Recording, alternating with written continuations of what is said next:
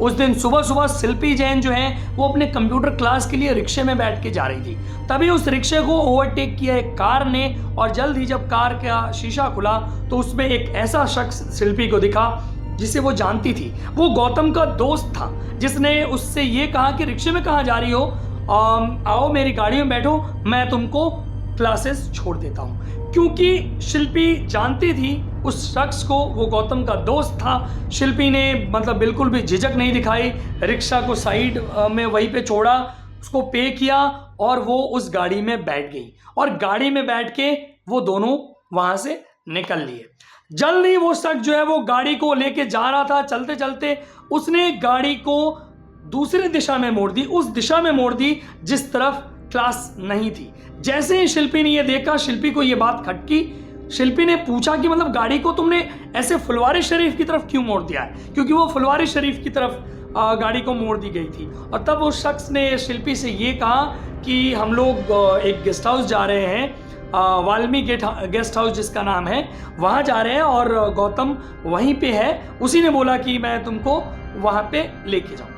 चूंकि गौतम पे इतना ट्रस्ट था शिल्पी को, शिल्पी ने इस बाबत एक भी बार उसके दोस्त से कोई सवाल नहीं किया और चुपचाप बैठ के वहाँ से निकल ली। अब शिल्पी जो है जल्द ही गाड़ी वहाँ पे पहुँची, वाल्मी जो है गेस्ट हाउस वहाँ पहुँची, और शिल्पी वहाँ अंदर गई।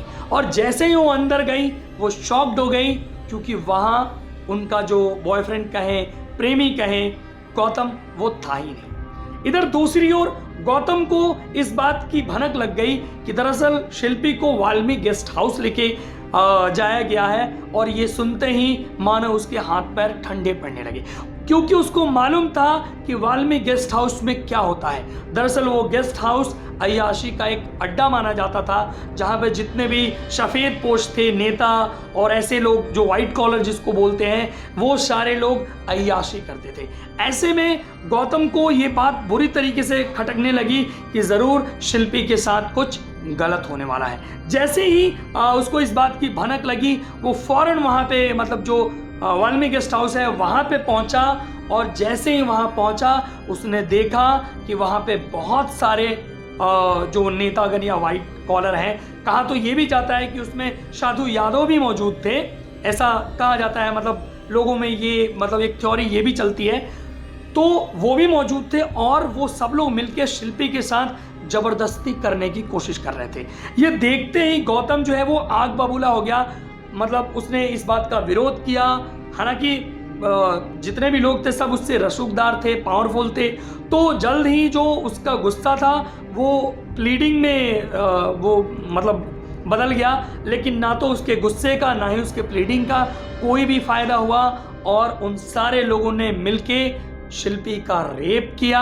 और क्योंकि उनको इस बात का शक था और गौतम विरोध भी कर रहा था, मतलब वो बता देगा दुनिया में, ये राज खोल देगा, उन सब ने मिलके गौतम की भी ज़बरदस्त पिटाई की और शिल्पी की भी पिटाई की।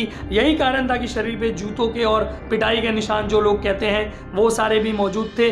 और इसके बाद इस तरीके से मतलब ये सब कुछ प्लान किया गया, उनको गाड़ी में डाला गया, उस गैराज में पहुंचाया गया। फिर वो खबर, कहा तो ये भी जाता है कि पुलिस के पास डेलिबरेटली वो खबर पहुंचाई गई, और वो पूरा जो एक सुसाइड प्लान करके इसको सुसाइड डिक्लेयर किया गया। मतलब कहीं ना कहीं लोग ये भी बोलते हैं कि पुलिस भी इसमें मिली हुई थी, तभी तो उन्होंने बिना पोस्टमार्टम के ही इस बात का फैसला सुना दिया था कि ये एक सुसाइड का मामला है। मतलब ये इल्ज़ाम पब्लिक ने ही नहीं, जो ऑपोजिशन में जो लीडर थे सुशील कुमार मोदी, उन्होंने भी लगाए थे। और मतलब इसके बाद ज़बरदस्त विरोध हुए, धरना प्रदर्शन हुए, जगह जगह चीज़ें होनी शुरू हुई।